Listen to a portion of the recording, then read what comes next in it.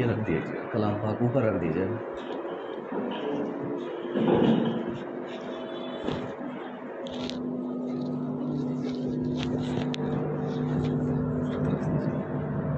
کلام پاک تو نہیں ہوگا، اوپر رکھ دیجیے.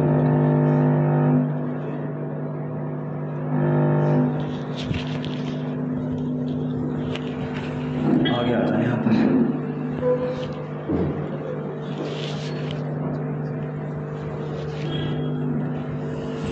نحمده ونصلي على رسوله الكريم، اما بعد فاعوذ بالله من الشيطان الرجيم. بسم الله الرحمن الرحيم. يا ايها الذين امنوا كتب عليكم الصيام كما كتب على الذين من قبلكم لعلكم تتقون. آمنت بالله صدق الله مولانا العظيم وصدق رسوله النبي الكريم ونحن على ذلك من الشاهدين والشاكرين والحمد لله رب العالمين. میرے محترم بزرگوں، بھائیوں اور دوستوں، ہم سبھی جانتے ہیں کہ رمضان المبارک کا مقدس، محترم اور بابرکت مہینہ ہمارے اوپر کچھ ہی دنوں کے اندر سایہ فکن ہونے والا ہے. آج دیکھیں اسی کی مناسبت سے چند باتیں میں آپ کی خدمت میں رکھوں گا.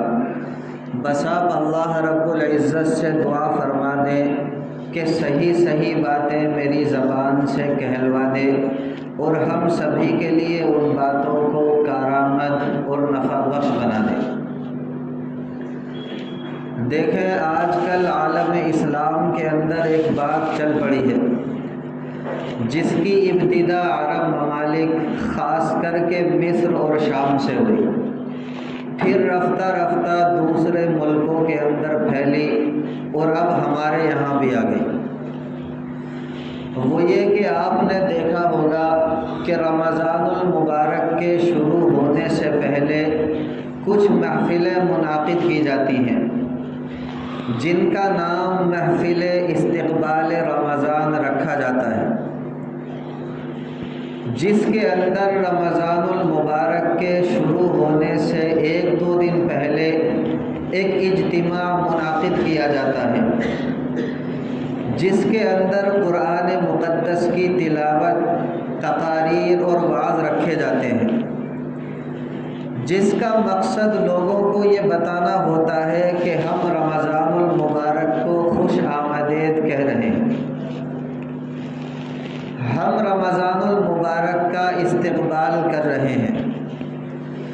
میرے پیارے بھائیوں، رمضان المبارک کے استقبال کا یہ جذبہ بڑا اچھا ہے، لیکن یہی اچھا جذبہ جب آگے بڑھتا ہے تو کچھ عرصے کے بعد بدعت کی شکل اختیار کر لیتا.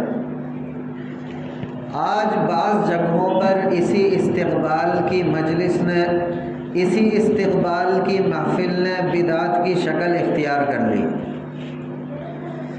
رمضان المبارک کا اصل استقبال یہ ہے کہ رمضان المبارک کے آنے سے پہلے اپنا نظام الاوقات بدل کر ایسا بنانے کی کوشش کی جائے کہ جس میں زیادہ سے زیادہ وقت ہمارا جو ہے وہ اللہ رب العزت کی عبادت میں لگ سکے.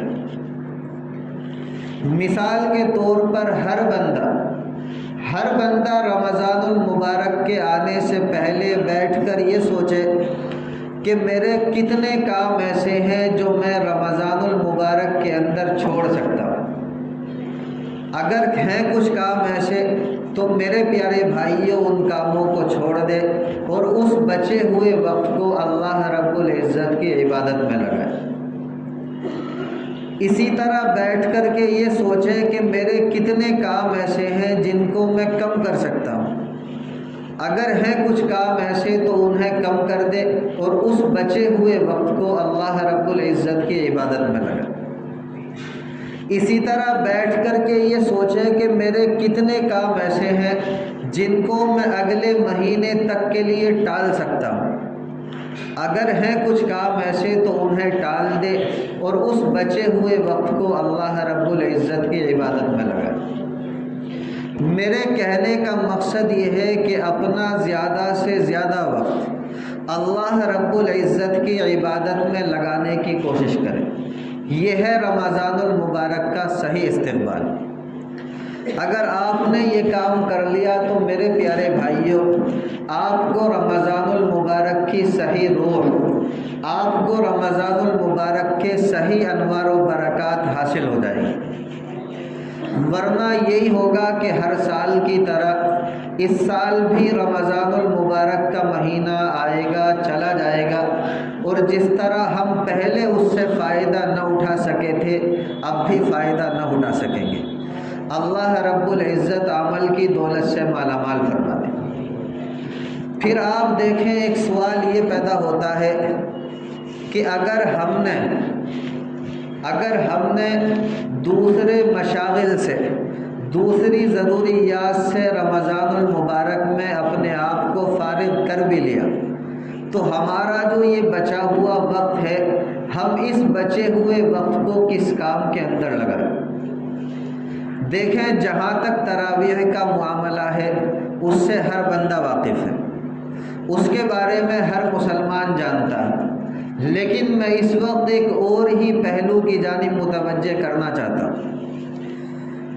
دیکھیں، وہ یہ کہ جس کے دل میں ذرہ برابر بھی ایمان ہے، جس کے دل کے اندر ذرہ برابر بھی ایمان ہے، اس کے دل کے اندر رمضان المبارک کا ایک تقدس ہوتا ہے، اس کے دل کے اندر رمضان المبارک کا ایک احترام ہوتا ہے، اس کے دل کے اندر رمضان المبارک کی ایک عظمت ہوتی ہے، جس کی وجہ سے اس کی کوشش یہ ہوتی ہے کہ رمضان المبارک کے اندر میرا زیادہ سے زیادہ وقت عبادتوں میں گزرے، میں رمضان المبارک کے اندر نمازیں زیادہ پڑھوں، میں رمضان المبارک کے اندر قرآن مقدس زیادہ پڑھوں، میں رمضان المبارک کے اندر ذکر و اذکار زیادہ کروں۔ یہی وجہ ہے کہ جو لوگ عام دنوں کے اندر 5 وقت کی نمازیں ادا کرنے کے لیے مسجدوں کے اندر آنے سے کتراتے ہیں، ایسے لوگ بھی الحمدللہ ثم الحمدللہ اس ماہ مقدس کے اندر تراویح جیسی لمبی نمازوں میں روزانہ شریک ہو جاتے ہیں۔ یہ سب الحمدللہ ثم الحمدللہ اس ماہ مقدس کی برکت ہے۔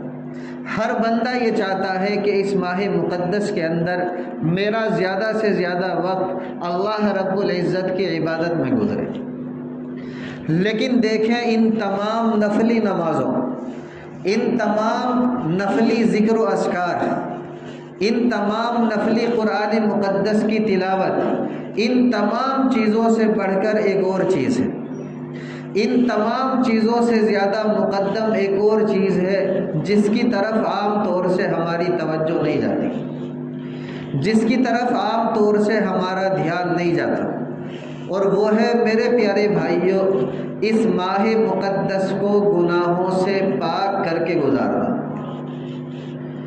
کہ اس ماہ مقدس کے اندر ہم سے کوئی گناہ سرزد نہ ہو، اس ماہ مقدس کے اندر ہماری آنکھ نہ بہکے، اس ماہ مقدس کے اندر ہماری نگاہیں غلط جگہوں پر نہ پڑے، اس ماہ مقدس کے اندر ہمارے کان کوئی غلط جملہ نہ سنے، اس ماہ مقدس کے اندر ہماری زبان سے کوئی غلط جملہ نہ نکلے۔ یوں سمجھ لیجئے کہ اللہ رب العزت کی معصیت سے، اللہ رب العزت کی نافرمانی سے مکمل اجتناب ہو، پرہیز ہو۔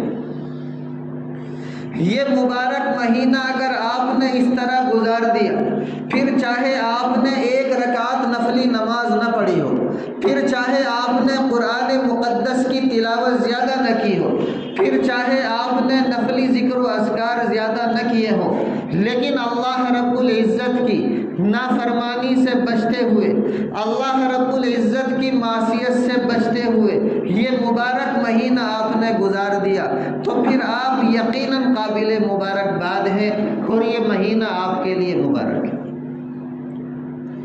میرے پیارے بھائیوں، 11 مہینے تک ہر قسم کے گناہوں کے اندر مبتلا رہے، ہر قسم کے کاموں کے اندر مبتلا رہے۔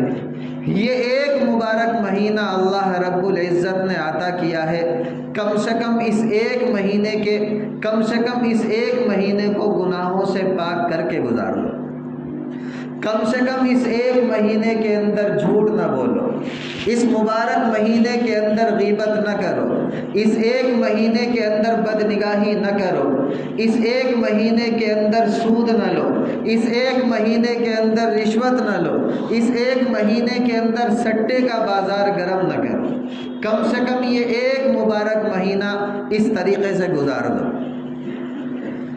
اس لیے کہ دیکھیے، آپ روزے تو بڑے ہی شوق و ذوق سے رکھتے ہیں ماشاءاللہ، لیکن ایمانداری سے بتائیے کیا جانتے بھی ہیں کہ روزے کے معنی کیا آتے ہیں؟ بتا سکتے ہیں روزے کے معنی کیا آتے ہیں؟ دیکھیں، روزے کے معنی آتے ہیں کھانے سے بچنا، پینے سے بچنا، نفسانی خواہشات کے پورا کرنے سے بچنا۔ ان تین چیزوں سے بچنے کا نام ہے روزہ، کھانے سے، پینے سے، نفسانی خواہشات کے پورا کرنے سے۔ اگر آپ میرے پیارے بھائیوں تھوڑا دھیان دوڑائیں تو آپ کو نظر آئے گا کہ یہ تینوں کام ایسے ہیں جو ہمارے لیے ہر وقت حلال ہیں۔ بھائی، کھانا بھی حلال، پینا بھی حلال، اپنی بیوی کے ساتھ جائز طریقے سے نفسانی خواہشات کا پورا کرنا بھی حلال۔ تو یہ تینوں کام ہر وقت ہمارے لیے حلال ہیں، بس تھوڑی دیر کے لیے حرام ہو گئے، اور وہ ہے روزے کی حالت میں۔ روزے کی حالت میں آپ کھا نہیں سکتے، پی نہیں سکتے، اپنی بیوی کے ساتھ جائز طریقے سے نفسانی خواہشات پوری نہیں کر سکتے۔ اب آپ دیکھیں، روزے کے درمیان ان حلال چیزوں سے تو پرہیز کر رہے ہیں، آپ نہ کھا رہے ہیں نہ پی رہے ہیں، لیکن ایک ایسی چیز جو روزے کی حالت سے پہلے بھی حرام تھی، روزے کی حالت میں بھی حرام ہے، اور روزے کی حالت کے بعد بھی حرام رہے گی، اس سے آپ بچ نہیں رہے۔ مثال کے طور پر دیکھیں، جھوٹ بولنا، اسی طرح غیبت کرنا، بدنگاہی کرنا، یہ سارے افعال ایسے ہیں جو روزے کی حالت سے پہلے بھی حرام تھے، اسی طرح روزے کی حالت میں بھی حرام ہیں، اور روزے کی حالت کے بعد بھی حرام رہیں گے، اس سے آپ بچ نہیں رہے۔ ماشاءاللہ حضرت نے روزہ بھی رکھا ہوا ہے اور ساتھ ساتھ جھوٹ بھی بول رہے ہیں، اپنی دکان کے اندر بیٹھے ہوئے ہیں اور بات بات پہ جھوٹ بول رہے ہیں۔ اسی طرح حضرت کا روزہ ہے، ساتھ ساتھ غیبت بھی ہو رہی ہے، بدنگاہی بھی ہو رہی ہے، آتی جاتی لڑکیوں کو بھی تک رہے ہیں۔ تو ایمانداری سے بتائیے یہ کیسا روزہ ہو کہ ایک حلال چیز تو چھوڑ دی اور حرام چیز نہیں چھوڑی۔ یہی وجہ ہے کہ سرکار مدینہ صلی اللہ علیہ وسلم نے ارشاد فرمایا، آپ نے فرمایا من لم یدع قول الزور والعمل بہ، کہ جو بندہ روزے کی حالت میں ناجائز کلام کرنا اور اس کے اوپر عمل کرنا نہ چھوڑے، تو فرمایا فلیس للہ حاجۃ فی ان یدع طعامہ وشرابہ، اللہ رب العزت کو ایسے بندے کے بھوکا اور پیاسا رہنے کی کوئی ضرورت نہیں، اس لیے کہ اس نے ایک حرام چیز نہیں چھوڑی، تو حلال چیز چھوڑ کر کے کون سا بڑا کام کر لی۔ جھوٹ بولنا نہیں چھوڑا جو پہلے سے حرام تھا، تو کھانا پینا چھوڑ کر کے کون سا بڑا کام کر لی۔ اگرچہ میرے پیارے بھائیوں فقہی اعتبار سے آپ کا جو روزہ ہے وہ درست ہو جائے گا۔ اگر آپ کسی مفتی سے پوچھیں گے کہ حضرت میں نے روزہ رکھا تھا، ساتھ ساتھ جھوٹ بھی بولا، غیبت بھی کی، بدنگاہی بھی کی، بتائیے میرا روزہ ہوا؟ نہیں ہوا۔ ہر مفتی آپ سے یہی کہیں گے کہ آپ کا روزہ ہو گیا، لیکن یاد رکھیں کہ جو روزے کا جو ثواب ہے، اسی طرح جو روزے کے انوار و برکات ہیں، وہ سب کے سب آپ نے ملیا میٹ کر دی، اس لیے کہ روزے کی صحیح روح اور روزے کے صحیح انوار و برکات آپ کو حاصل نہیں ہوئی۔ اور روزے کی صحیح روح وہ ہے جو قرآن مقدس کے اندر اللہ رب العزت نے بیان کی۔ اللہ رب العزت نے فرمایا یا ایھا الذین آمنوا کتب علیکم الصیام، اے ایمان والو تمہارے اوپر روزوں کو فرض کیا گیا، کما کتب علی الذین من قبلکم، ٹھیک اسی طرح جس طرح تم سے پہلی امتوں کے اوپر فرض کیا گیا۔ اور کس لیے فرض کیا گیا؟ لعلکم تتقون، تاکہ تم متقی بن جاؤ، پرہیزگار بن جاؤ، تقوی والے بن جاؤ۔ تو روزے کی جو صحیح روح ہے وہ ہے میرے پیارے بھائیوں تقوی کا حاصل کرنا۔ اللہ رب العزت ہر مومن کو نصیب فرمائے۔ لہٰذا یاد رکھیں روزہ جو ہے وہ حصول تقوی کے لیے بہترین ٹریننگ ہے، اسی طرح بہترین تربیت ہے۔ ایک آسان سی مثال آپ کے سامنے رکھتا ہوں، انشاءاللہ ثم انشاءاللہ بات کا سمجھنا آسان ہو جائے گا۔ دیکھیں ایک آدمی نے روزہ رکھ لیا، پھر چاہے وہ آدمی کتنا ہی گناہ گار ہو، پھر چاہے وہ آدمی کتنا ہی خطا کار ہو، پھر چاہے وہ آدمی فاسق ہو، فاجر ہو، جیسا بھی ہو، لیکن روزہ رکھنے کے بعد اس کی کیفیت یہ ہوتی ہے کہ سخت گرمی کا دن ہے، سخت پیاس لگی ہوئی ہے، وہ کمرے کے اندر اکیلا ہے، کوئی دوسرا بندہ پاس میں موجود نہیں، کمرے کے دروازے پر کنڈی لگی ہوئی ہے، کمرے کے اندر فریج بھی موجود ہے، فریج کے اندر ٹھنڈا پانی بھی موجود ہے۔ اس شدید گرمی کے عالم میں انسان کا نفس یہ تقاضا کرتا ہے کہ میں فریج سے نکال کر کے ٹھنڈا پانی پی لوں، لیکن ایمانداری سے بتائیے کیا وہ بندہ فریج سے نکال کر کے ٹھنڈا پانی پی لے گا؟ ہرگز نہیں پیے۔ حالانکہ اگر پی لے تو کسی کو کانوں کان خبر نہیں ہوگی، کوئی لعنت ملامت نہیں کرے گا، دنیا والوں کے سامنے روزے دار ہی رہے گا۔ شام کو باہر نکل کر جب لوگوں کے ساتھ افطار کے لیے بیٹھے گا تو کوئی اس سے یہ نہیں کہے گا کہ جناب آپ نے روزہ توڑ دیا، لیکن اس کے باوجود بھی وہ بندہ پانی نہیں پیتا۔ کیوں نہیں پیتا؟ دیکھیں پانی نہ پینے کی وجہ اس کے سوا کیا ہو سکتی ہے کہ وہ بندہ یہ جانتا، سمجھتا اور سوچتا ہے کہ جس مالک کی رضا کی خاطر میں نے روزہ رکھا، کوئی دیکھے نہ دیکھے لیکن میرا وہ مالک تو مجھے دیکھ ہی رہا۔ اسی لیے حدیث قدسی کے اندر اللہ رب العزت نے ارشاد فرمایا الصوم لی وانا اجزی بہ، کہ روزہ میرے لیے ہے اور روزے کا بدلہ میں خود دوں گا۔ اور اعمال کے بارے میں تو یہ آتا ہے کہ کسی عمل کا ثواب 10 گنا، کسی عمل کا ثواب 70 گنا، 100 گنا، یہاں تک کہ صدقے کے بارے میں آیا کہ اس کا ثواب 700 گنا۔ لیکن جب بات روزے کی آئی، اللہ رب العزت نے اپنا ضابطہ بدل لیا اور فرمایا کہ روزہ اس نے میرے لیے رکھا، اس لیے روزے کا بدلہ میں خود دوں گا۔ کیونکہ جب شدید گرمی کی وجہ سے زبان کے اندر کانٹے لگ رہے تھے، شدید گرمی کی وجہ سے زبان جو ہے پیاس کے مارے خشک ہو رہی تھی، یہ بندہ فریج کے پاس موجود تھا، لیکن اس نے فریج سے نکال کر کے ٹھنڈا پانی فقط اس لیے نہیں پیا کیونکہ اس کے دل کے اندر میرے سامنے کھڑا ہونے کا احساس ہے۔ اس کے دل کے اندر یہ احساس ہے کہ ایک دن مجھے اپنے پالن ہار کے سامنے پیش ہو، اس کے سامنے کھڑا ہونا ہے، اس کو جواب دینا ہے۔ اس احساس کا نام ہے میرے پیارے بھائیوں تقوی۔ اگر ہم نے اس احساس کو اپنے اندر پیدا کر لیا تو سمجھ لیجئے کہ تقوی ہمارے اندر پیدا ہو گیا۔ یہ کچھ باتیں میں نے آپ کے سامنے رکھ دی، آنے والے ہفتے انشاءاللہ اور وضاحت کے ساتھ آپ کے سامنے رکھیں گے۔ اللہ رب العزت کہنے سننے سے زیادہ عمل کی توفیق مرحمت فرمائے۔ وما علینا الا البلاغ۔ بھائی جنہوں نے سنت نہیں پڑھی وہ سنت پڑھ لیں۔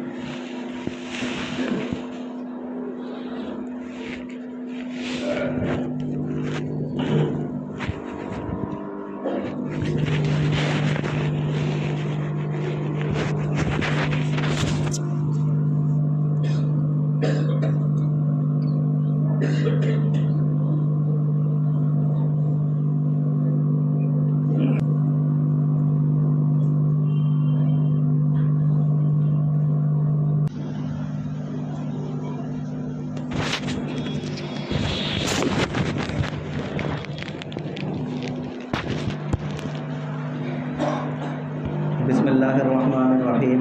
دیکھیے بھائی بہت کم وقت آپ کا لوں گا، بس کچھ باتیں جو ہیں بطور نصیحت کے کہہ رہا ہوں، بس اللہ عمل کی دولت سے مالا مال فرما دے۔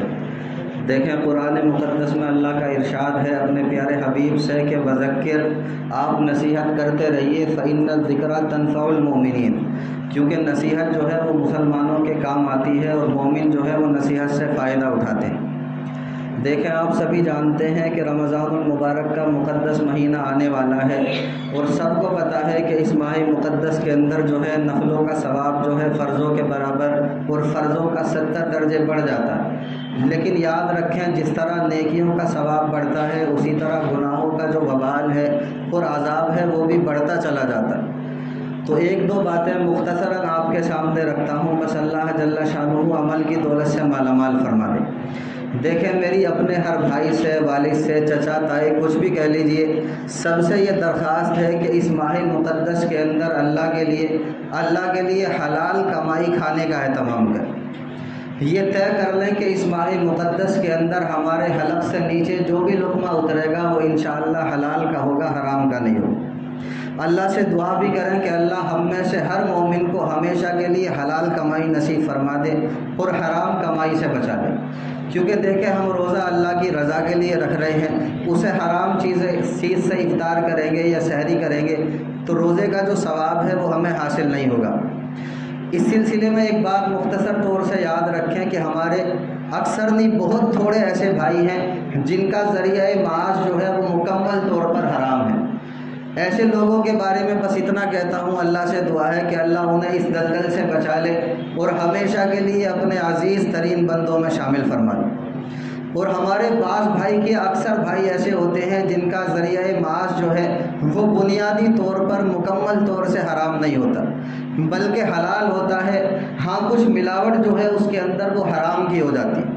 وہ اتنا اہتمام کر لیں اللہ کے لیے کہ جو حلال آمدنی ہے اسے الگ کر لیں اور اس ماہ مقدس کے اندر طے کر لیں کہ صرف حلال کمائی کھائیں گے، اور پھر اللہ سے دعا کریں کہ اللہ آگے بھی ہمیشہ کے لیے ہمیں حرام سے بچا لے اور حلال کی توفیق مرحمت فرما دے۔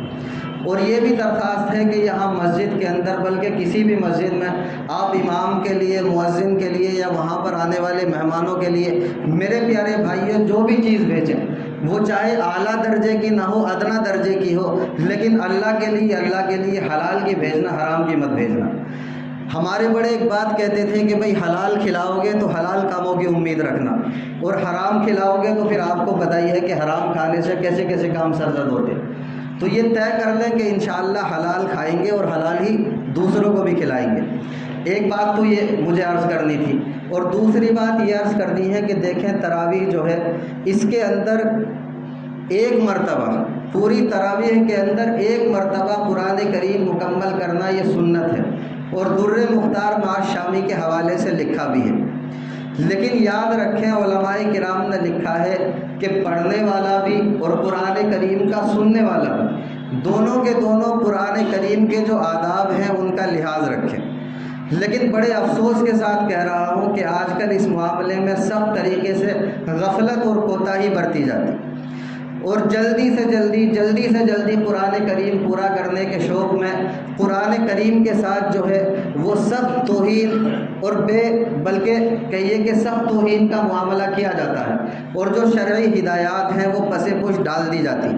عام طور سے ہمارے یہاں 5 پارے، 10 پارے، اسی طرح 6 7 پارے یہ پڑھنے کا رواج ہو چلا ہے۔ دیکھیں ایک جملہ یاد رکھیں، میں ان تمام چیزوں کا مخالف نہیں، قرآن کریم کا زیادہ پڑھنا یا سننا یہ بالکل برا نہیں، برائی یہ ہے کہ قرآن مقدس جو ہے وہ اتنا تیز نہ پڑھا جائے کہ حروف کٹ جائیں یا غلطیاں رہ جائیں۔ ایسا کرنا قرآن کریم کے ساتھ سخت توہین اور بے عزتی والا معاملہ ہے۔ اللہ رب العزت ہر مسلمان کی حفاظت فرمائے۔ تو ایسی جگہوں پر جانے سے بچیں جہاں 3 دن میں، 5 دن میں، 10 دن میں قرآن مقدس پورا ہوتا۔ سب کو میں نہیں کہتا، لیکن تجربہ یہ ہے کہ 90% ایسا ہی ہوتا۔ کم سے کم اتنی کوشش کریں کہ 15 دن کا، یہ بھی کم ہے، 15 دن کا یا 20 دن کا قرآن کریم جہاں پڑھا جا رہا ہو وہاں جانے کی کوشش کریں۔ ورنہ در مختار معاذ شامی کے حوالے سے تو یہ لکھا ہے کہ روزانہ اتنی مقدار میں قرآن مقدس پڑھا جائے جس سے 27ویں شب میں یا پھر 29ویں شب میں جا کر کے قرآن کریم پورا ہو۔ اس سے 2 فائدے ہوتے ہیں۔ ایک تو رمضان المبارک کا جو مہینہ ہے، اس مہینے کے اخیر تک تراویح کا ذوق برقرار رہتا ہے، تراویح کا شوق برقرار رہتا ہے، ورنہ آپ دیکھیں گے کہ 10 دن کا قرآن کریم پورا کر کے اس کے بعد تراویح کوئی خیرآباد کیا بیٹھتے، حالانکہ قرآن کریم کا پورا سننا الگ سنت اور پورے مہینے تراویح کا پڑھنا یہ الگ سنت۔ ایسا نہیں کہ ایک سنت پر عمل کر لیا تو دوسری چھوڑ دیں گے۔ تو اس سے ایک فائدہ یہ ہوگا کہ اخیر مہینے تک تراویح پڑھیں گی، تراویح چلیں گی، اور اس کو بھی شوق رہے گا کہ نہیں بھائی ابھی قرآن کریم پورا نہیں ہوا، میں تو 27 تک 29 تک پڑھوں گا تاکہ قرآن کریم مکمل ہو۔ اور دوسرا فائدہ جو سب سے بڑا فائدہ ہے وہ یہ ہوتا ہے کہ رمضان المبارک کا آخری عشرہ جو رحمتوں کا سب سے بڑا موسم بہار ہوتا ہے، وہ کبھی بھی کاہلی اور سستی کی نظر نہیں ہوتا۔ اگر آپ 20 دن میں 15 دن میں 10 دن میں قرآن پورا کر کے بیٹھ جائیں گے تو پھر سونے سے الگ کوئی اور کام نہیں کرتے۔ اگر آپ قرآن مقدس سے جڑے رہیں گے تو آخری عشرہ بھی ہمارا جو ہے وہ مقدس اور بابرکت ہو جائے گا۔ اللہ کہنے سننے سے زیادہ عمل کی توفیق مرحمت فرمائے۔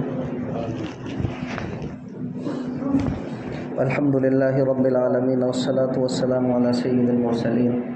اللهم صل على محمد وعلى آل محمد كما صليت على إبراهيم وعلى آل إبراهيم إنك حميد مجيد اللهم بارك على محمد وعلى آل محمد كما باركت على إبراهيم وعلى آل إبراهيم إنك حميد مجيد اللهم ربنا آتنا في الدنيا حسنة وفي الآخرة حسنة وقنا عذاب النار اللهم ربنا لا تخزنا يوم القيامة اللهم ربنا لا تخزنا يوم القيامة اللهم ربنا لا تخزنا يوم القيامة اللهم ربنا تقبل منا إنك أنت السميع العليم وتب علينا إنك أنت التواب الرحيم وصلى الله على النبي الكريم وعلى آله وصحبه أجمعين برحمتك يا أرحم الراحمين۔